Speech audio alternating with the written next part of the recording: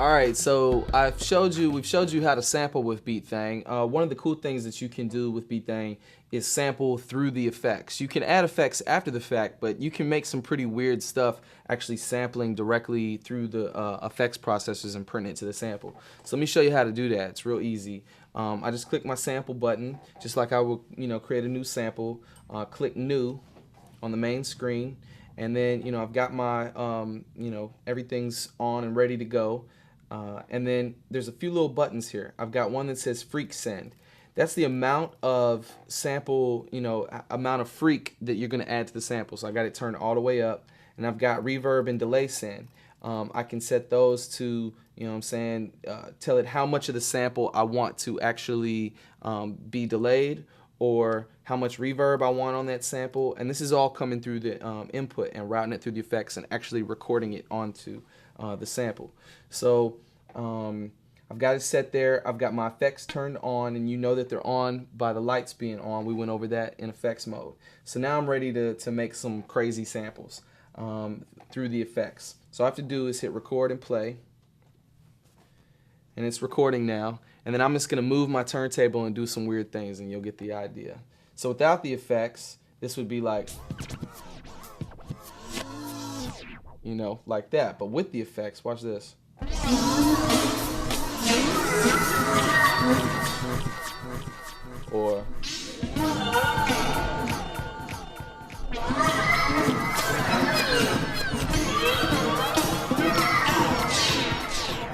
Or just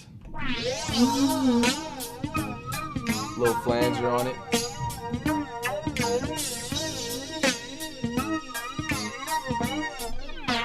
Just like that. And then I've got that sample there. I could play it back, hear what it sounds like just by hitting the play button. It's gonna play it.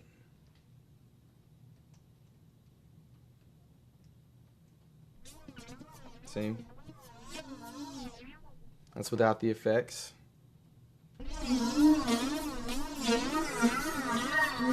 So make some pretty far out sound effects just from a turntable or a sound source run through the effects. Some weird sweeps and all kinds of bizarre stuff. And you could set it to where it's more subtle too. So let's say if I want to do another sample, let's get rid of that and let's just do something that's more subtle. So let's turn the verb down to like 6 and the delay down to just a little bit, and then maybe the freak down just a little bit.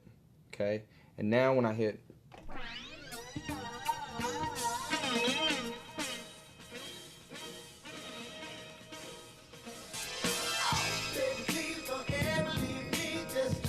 and I can adjust the amount of reverb,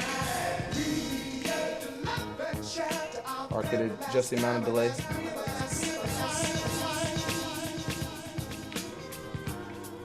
And I could do all that while it's actually recording. So I could start recording.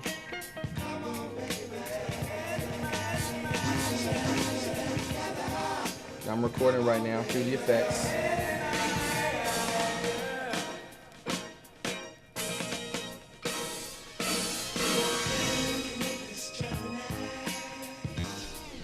So just like that, I can sample right through the effects and it creates a new sample, and then I can take that, chop it, edit it, do whatever I want to it. It's very useful for creating sound effects and other kind of weird stuff that you can throw in your mixes.